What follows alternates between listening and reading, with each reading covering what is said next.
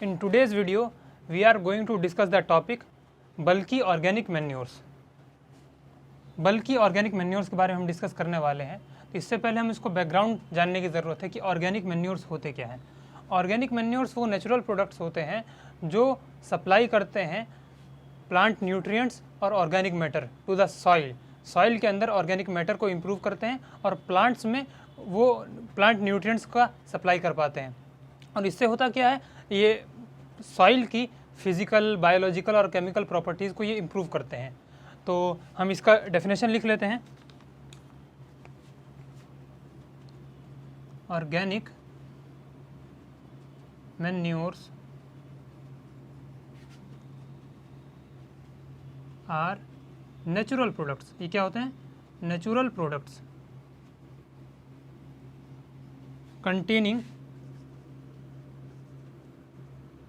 containing organic matter and nutrients. These are used to supply nutrients to crop plants. Crop plants में nutrient supply के लिए इसका हम use करते हैं। और ये क्या करते हैं? It improves physical, biological and chemical properties of soil. Organic manures की ये डेफिनेशन थी। ये ऑर्गेनिक मैन्योर्स हैं। ऑर्गेनिक मैन्योर्स के अंदर दो टाइप्स इसकी आ जाती हैं। एक टाइप इसकी होती है बल्कि ऑर्गेनिक मैन्योर्स। एक होती है कंसंट्रेटेड ऑर्गेनिक मैन्योर्स। आज जो हम डिस्कस करने वाले हैं ये बेसिकली बल्कि ऑर्गेनिक मैन्योर्स के बारे में हम डिस्कस करेंगे। तो हम इसके कई सारे टाइप्स की इसमें बल्कि ऑर्गेनिक मैन्योर्स आ जाते हैं।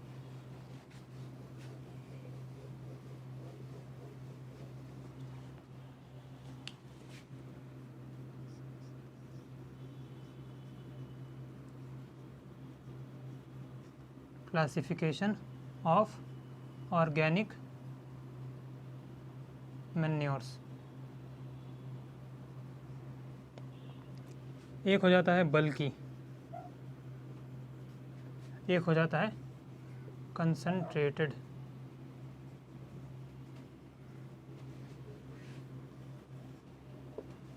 बल्कि के अंदर हम एक होती है फार्म यार्ड मैन्योर। दूसरा हो जाता है कंपोस्ट। इसी की एक टाइप आ जाती है वर्मी कंपोस्ट।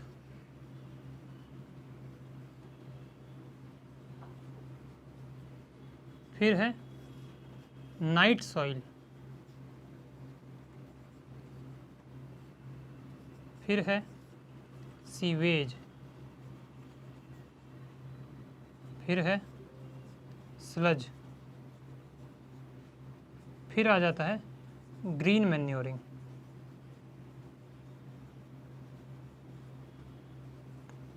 उसी तरह कंसंट्रेटेड के अंदर आ जाते हैं oil cakes, blood meal, meat meal, horn and hoof meal, fish manures.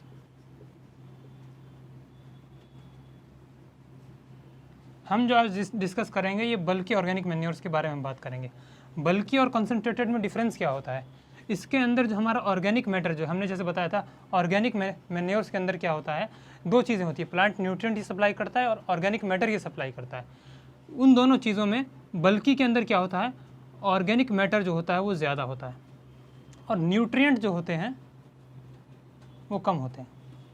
और इसका अपोजिट कंसनट्रेटेड में हो जाता है। इसमें ऑर्गेनिक मैटर जो होता है वो कम अमाउंट में होता है और न्यूट्रिएंट्स जो होते हैं वो ज़्यादा अमाउंट में होते हैं। तो हम इसके लिख देते हैं ऑर्गेनिक मैटर लेस अमाउंट में होता है और न्यूट्रिएंट जो होता है वो हायर अमाउंट के अंदर हमको मिल जाता है। बल्कि हम इसको इसलिए कहते हैं क्योंकि हमको थोड़ा सा भी न्यूट्रिएंट प्रोवाइड करवाने के लिए, एक particular amount of nutrient provide करवाने के लिए हमको बहुत ज़्यादा अमाउंट में ये सारे मैन्योर जो है इनको प्रोवाइड करवाना पड़ेगा।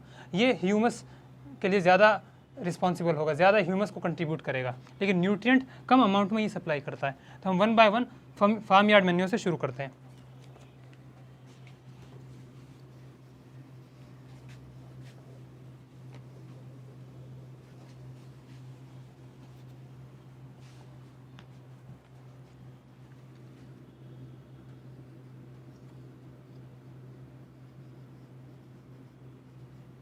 फार्म यार्ड मैन्योर, इसको हम FYM कहते हैं। FYM क्या होता है? इसके नाम से ही हम समझते हैं कि फार्म के अंदर जो हमने एनिमल फार्म बना रखा है उसके अंदर जो भी हमारा बचा हुआ या उसका कचरा जो निकलता है, जैसे हमने एनिमल पाल रखा है तो वहाँ क्या निकलेगा? एक तो उसका डंग होगा, डंग, यूरिन, लीटर। हमने जो उसको मतलब जो एनिमल जो है उसको रखने के लिए वहाँ पर कई बार ज़मीन के अंदर हम क्रॉप रेसिड्यूज लगा देते हैं तो उसको हम लीटर कहते हैं। इसके अलावा जो हमने उसको फीड दिया है, एनिमल फीड जो है, इसमें रफेजेस हुआ और फॉडर, ये 4 चीज़ें। ये सब क्या होता है? एनिमल हमने फीड दिया, ज़रूरी है उसने पूरा खाया, तो जो उसका बचा हुआ है तो इन सब को मिला करके और इसका वेल डिकम्पोज्ड फॉर्म जो होगा वो फार्म यार्ड मैन्योर होगा। ये क्या है? Decomposed mixture of dung, urine, litter and animal feed. और इसका जो हमको याद रखने वाली चीज़ ये है, इसमें 3 नाइट्रोजन, फास्फोरस और पोटेशियम, इन तीनों का न्यूट्रिएंट कंपोजिशन क्या है, कितना % ये प्रेजेंट होता है, ये याद रखने वाली चीज़ें हैं। तो नाइट्रोजन का अगर हम देखें तो नाइट्रोजन इसमें 0.5% प्रेजेंट होता है। उसी तरह P2O5 ये 0.2% प्रेजेंट होता है। उसी तरह K2O ये 0.5% प्रेजेंट होता है। इसके बाद हम आ जाते हैं, ये हमारा फर्स्ट था फार्म यार्ड मैन्योर। सेकंड पर हम आ जाते हैं कंपोस्ट के अंदर।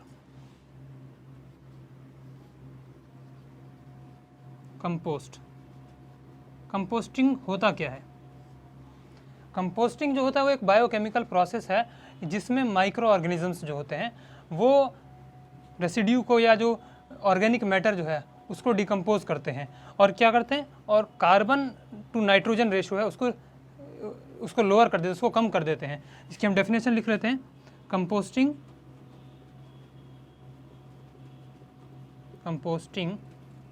is a biochemical process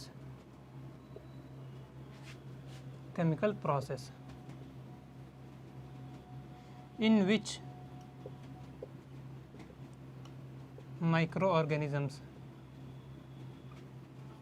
microorganisms aerobic भी हो सकते हैं या एनएरोबिक भी हो सकते हैं,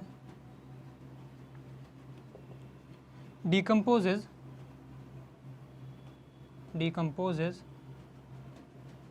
organic residue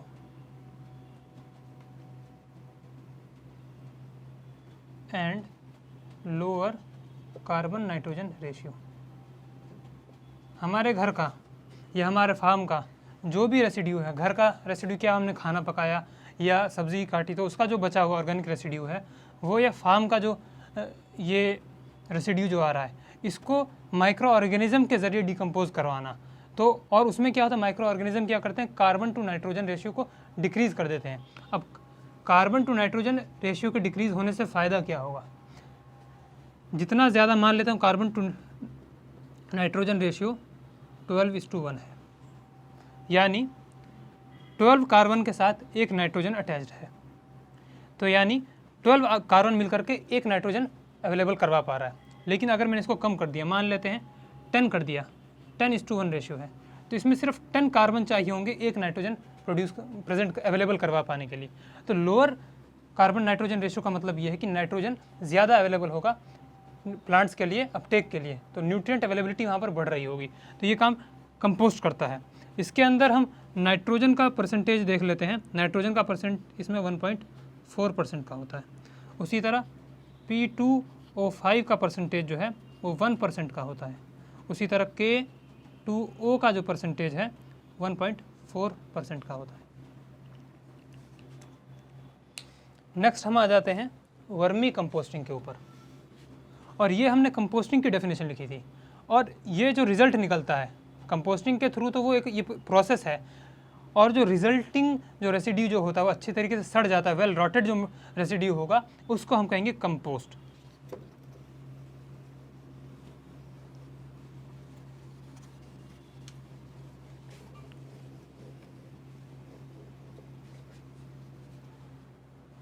इसके बाद नेक्स्ट आ जाता है हमारा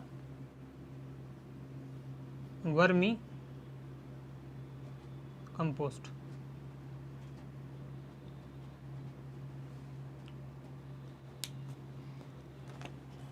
वर्मी कंपोस्ट क्या है? ये compost, it is compost prepared by worms such as red wigglers,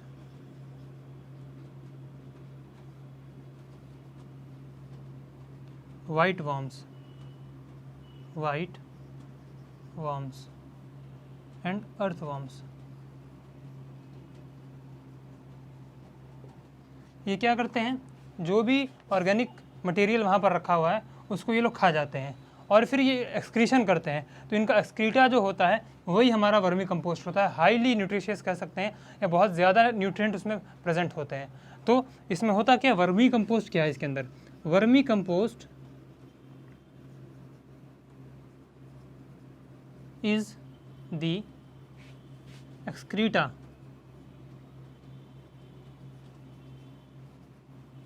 of earthworms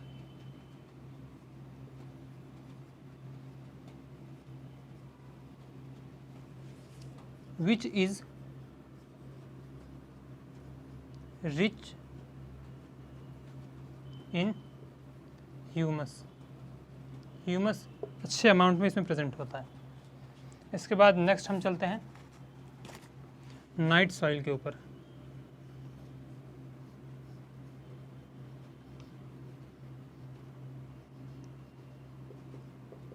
night soil क्या होता है? नाइट सॉइल ये है, सिंपल से है कि ह्यूमन इनहेबिटेशन जहाँ पर होता है, जहाँ पर भी लोग रह रहे होते हैं, तो वहाँ सीवेज या ड्रेनेज सिस्टम होता है। तो उसमें कुछ पोर्शन सॉलिड का होता है, कुछ पोर्शन लिक्विड का होता है। तो इन दोनों को क्या कहते हैं? इसको human excreta, solid plus liquid human excreta, excrement is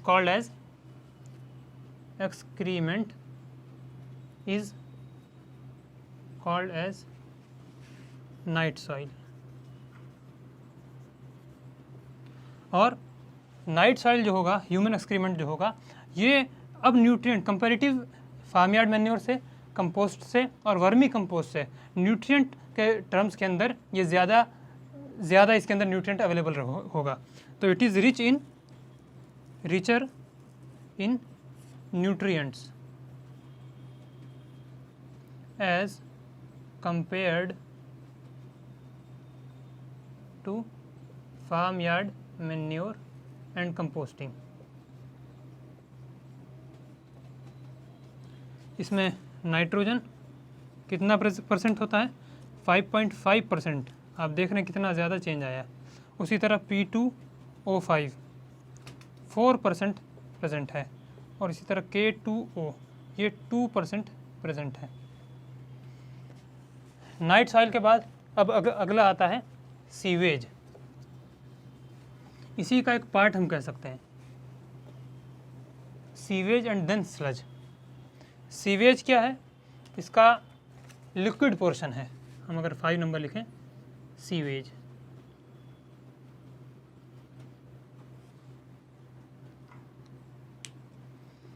the एक्सक्रीमेंट या कह सकते हैं, या जो भी यहाँ से ड्रेनेज का जो वाटर जो है उसको हम ट्रीटमेंट करते हैं।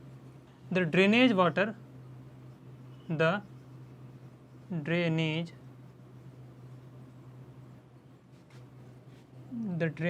वाटर कह सकते हैं, water is treated to separate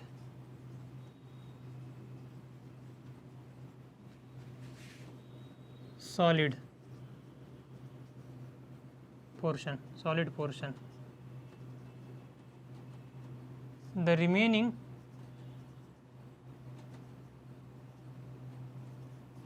liquid portion is called as treated effluent,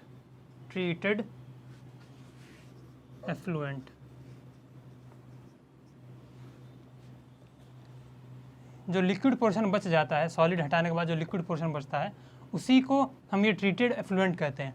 और इस ट्रीटेड एफ्लुएंट से, ये ट्रीटेड एफ्लुएंट जो है इसका हम इरिगेशन दे देते हैं। जब इसका हम इरिगेशन फील्ड में देंगे, इरिगेशन हम जब फील्ड में देंगे, then it is called as sewage irrigation. ये हो गया सीवेज के अंदर। नेक्स्ट टॉपिक आ जाता है हमारा स्लज। यही सीवेज के अंदर जो सॉलिड पोर्शन जो था, that is called as sludge.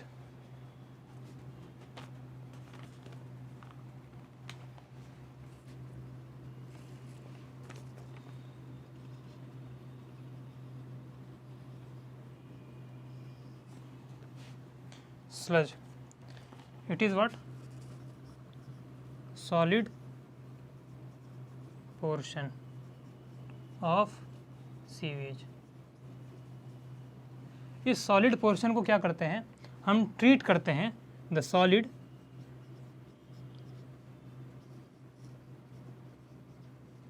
Portion is treated. Treatment में क्या होता है, फर्मेंटेशन एंड ऑक्सीडेशन। ये करवाने के बाद में the solid portion is treated. Fermentation और ऑक्सीडेशन करवाने के बाद में जो मटेरियल वो बनता है उसको फिर हम अप्लाई करते हैं एज ऑर्गेनिक मैन्योर्स। तो इसको पोर्शन को जब ट्रीट करने के बाद में जो the resulting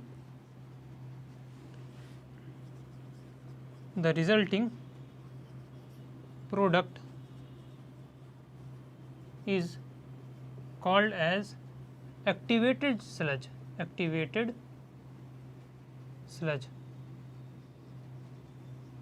what it is called as activated sludge।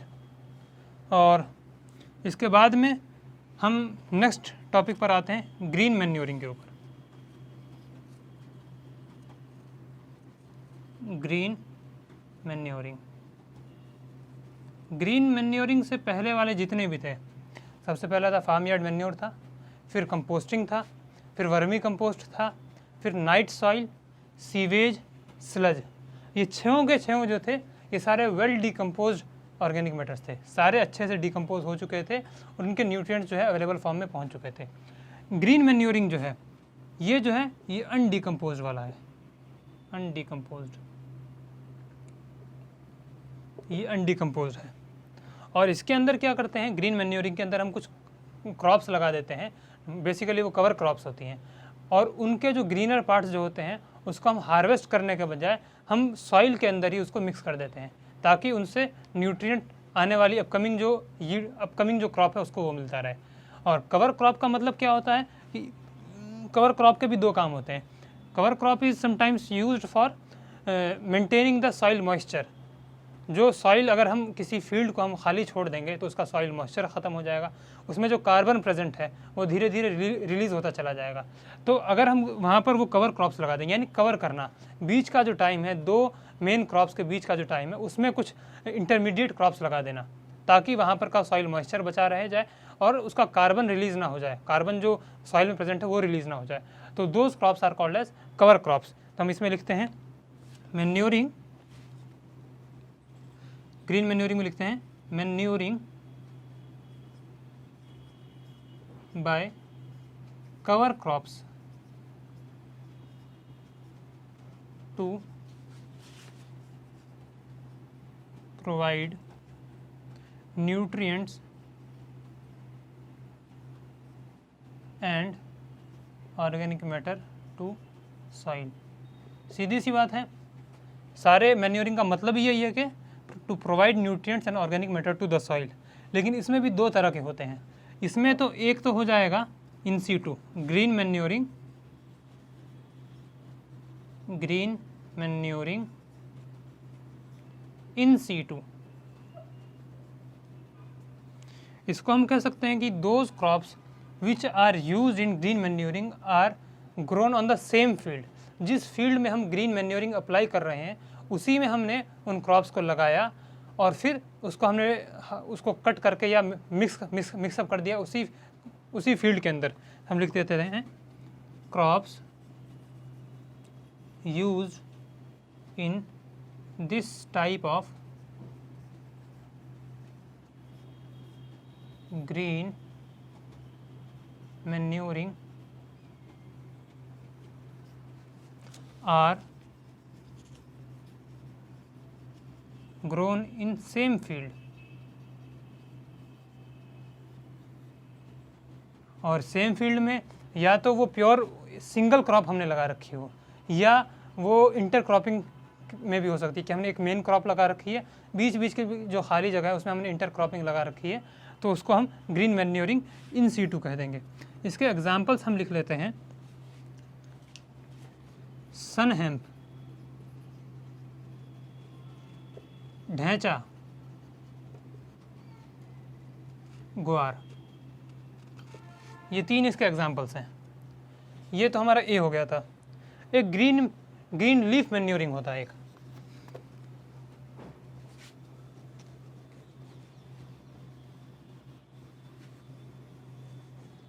क्या होता है वो?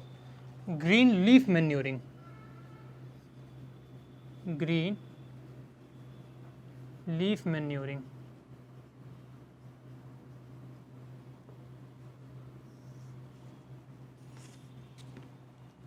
ग्रीन लीफ मैन्योरिंग में क्या होता है कि हमने वो ग्रीनर लीव्स या ग्रीनर पार्ट्स या ट्विग्स जो होते हैं हमने उस फील्ड में अप्लाई तो किए, लेकिन एक्चुअली वो ग्रीनर लीव्स या जो भी प्लांट पार्ट हमने अप्लाई किए हैं वहाँ पर वो उस फील्ड में ग्रो नहीं किए गए थे, वो किसी और फील्ड से हम लेकर के आए हैं और उस फील्ड में हमने अप्लाई किया है। अब या तो किसी और फील्ड का मतलब ये हो सकता है कि उसी फील्ड के हमने चारों ओर जो उनकी बंड्स होते हैं वहाँ अप्लाई कर दिया, या कोई वेस्ट लैंड हमारे पास पड़ी हुई थी, खाली थी, वहाँ पर हमने ऐसे ही ग्रो कर दिया, बाद में यहाँ ला करके इनकॉर्पोरेट कर दिया। तो हम लिखते हैं इसमें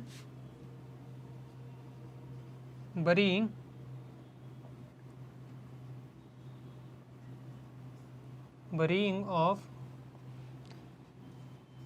green leaves, twigs collected from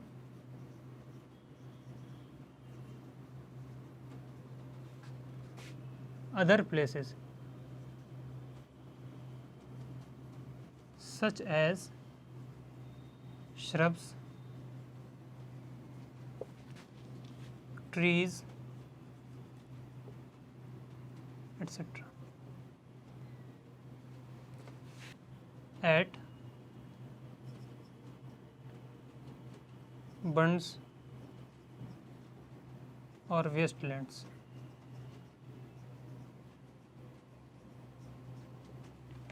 इसका एग्जाम्पल हम देख लेते हैं।